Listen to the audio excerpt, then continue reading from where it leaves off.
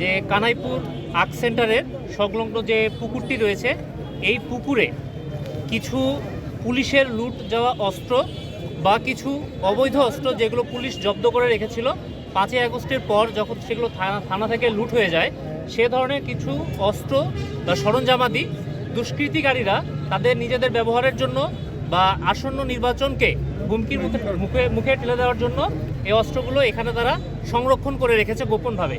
তো সেই তথ্যের ভিত্তিতেই আজকে আমরা ফরিদপুর আর্মি ক্যাম্প একটি অপারেশন পরিচালনা করি এবং পরিচালনা করার সময় আপনারা দেখতে পেয়েছেন এই পুকুর থেকে আমরা বিপুল পরিমাণে দেশীয় অস্ত্র, সাথে 6টি রাইফেল, ম্যাগাজিন পেয়েছি আরও 6টি, এবং সাথে 16 রাউন্ড অ্যামুনিশন এবং 2টি শর্টগান অ্যামুনিশন আমরা এখান থেকে উদ্ধার করতে পেরেছি।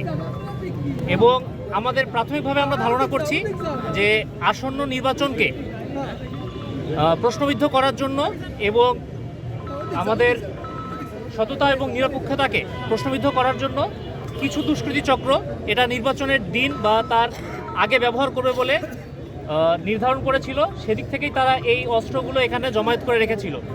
বিপুল পরিমাণে দেশীয় ধারালো অস্ত্র ছিল, 4টি পিস্তল ছিল এবং তার সাথে আমরা 6টি পিস্তল ম্যাগাজিন পেয়েছি এবং 16 রাউন্ড পিস্তল অ্যামুনিশন পেয়েছি।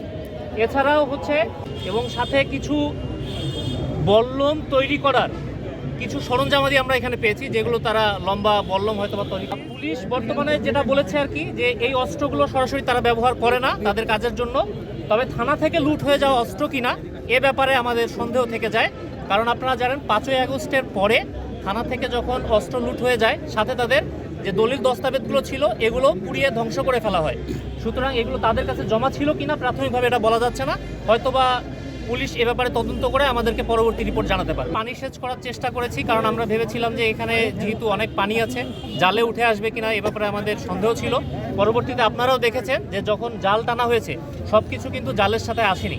ধারণা করা হচ্ছে এটি আরও 1 বা 1.5 বছর আগে যদি এখানে রাখা হয়ে থাকে তাহলে উপরে মাটি বা ময়লা আবর্জনা জমা হতে হতে এটা অনেক নিচে চলে গিয়েছিল। সেজন্য পরবর্তীতে এখানে ফায়ার সার্ভিসের ডুবুরিরা এবং স্থানীয় জনগণের সহযোগিতায় আমরা জিনিসগুলোকে উদ্ধার করতে সক্ষম হয়েছি। তবে আমাদের ধারণা এখানে আরও থাকতে পারে, আমরা তদন্ত চালিয়ে যাব।